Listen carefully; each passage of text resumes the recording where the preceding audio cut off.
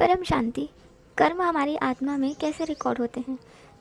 जो हम सोचते हैं वही रिकॉर्ड होता है। जैसे हमने कोई कर्म किया, जैसे हम किसी व्यक्ति से बात कर रहे हैं प्रेम भाव से, तो वही संकल्प हमारे मन में निरंतर चल रहे हैं, तो वही रिकॉर्ड हो रहा है। फिर आगे के समय में जब कभी वो व्यक्ति हमारे सामने आएगा तो वो बात उस प्रेम भाव के साथ याद आएगी।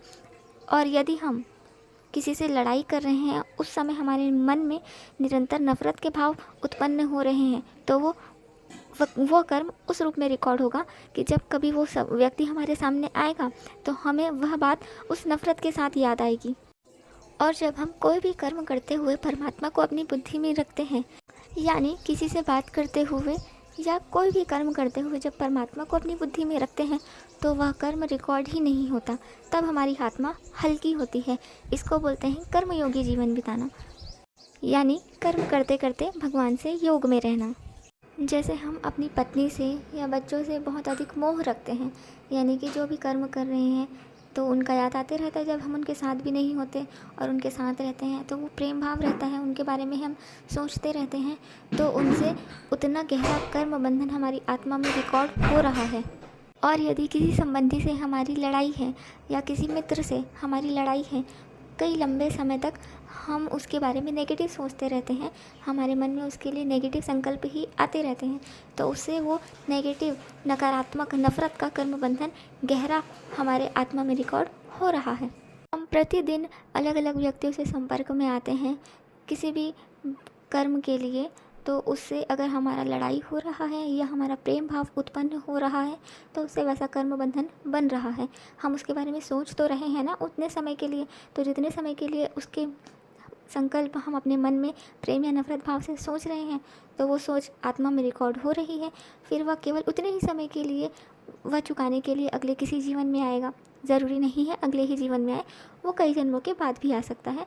सारे कर्म हमारी आत्मा में, अनेकों जन्म के कर्म हमारी सोच के हिसाब से आत्मा में रिकॉर्ड हो रहे हैं, और उन सब संचित कर्मों में से केवल कुछ ही कर्म एक जीवन के लिए हमें चुकाने के लिए भाग्य के रूप में मिलता है। तो अनेकों जन्म से, जितने भी समय से हम जन्म मृत्यु के चक्र में आ रहे हैं, सारे कर्म सोच के हिसाब से हमारी आत्मा में रिकॉर्ड हो रहे हैं। तो उसमें से कुछ कट चुके हैं, लेकिन फिर हम नए कर्म करते जाते हैं निरंतर, तो वो फिर आत्मा में रिकॉर्ड होते जाता है। तो उतने ही हमारी आत्मा में कर्मों का भार पड़ता है, और जब तक सारे कर्म चुकता नहीं होंगे आत्मा तो यहीं रहेगी, वो ऊपर के लोक में गति नहीं कर सकती। इसीलिए कृष्ण ने कर्मयोगी जीवन जीने को कहा है, यानी प्रत्येक कर्म करते हुए केवल परमात्मा को अपनी बुद्धि में रखो, तो कोई भी नया कर्म नहीं बनेगा।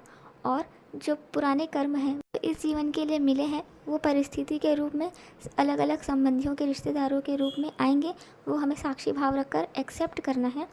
और जो आत्मा में अनेकों जन्म के संचित कर्म हैं, वो जब हम परमात्मा को निरंतर याद करते रहते हैं तो उनसे हमारी आत्मा में शक्ति आती है, तो उस शक्ति से सारे संचित कर्म डिलीट होते जाते हैं। तब हमारी आत्मा हल्की होती जाती है, और जैसे ही ये शरीर, ये देह त्यागती है, आत्मा मुक्त हो जाती है ऑटोमेटिकली, और अपने धाम ऊपर के जहाँ से भी वो आई है वहाँ चली जाती है।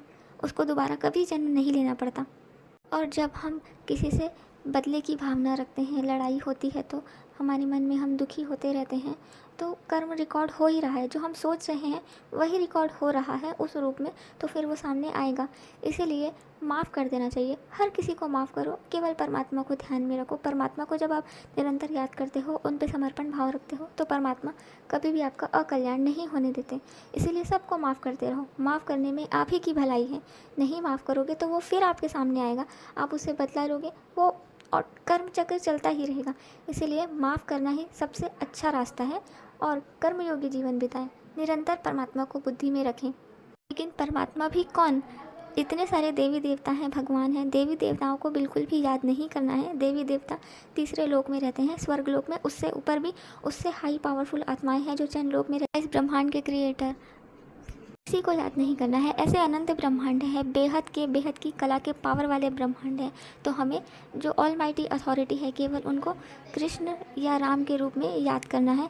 अगर हो सके तो आप @बापूजी दशरथ भाई पटेल की यूट्यूब चैनल पे जाकर ज्ञान सुन सकिए, तो आप सच्चे परमात्मा को पहचान जाएंगे और उनसे योग कीजिए। और जब तक आप उनको नहीं जान रहे हैं, तो कृष्ण के या राम के रूप में वो ऑल माइटी अथॉरिटी के अवतार हैं, ये सोचकर उनको बुद्धि में रखकर कर्मयोगी जीवन बिताएं। धन्यवाद। परम शांति, परम ज्ञान।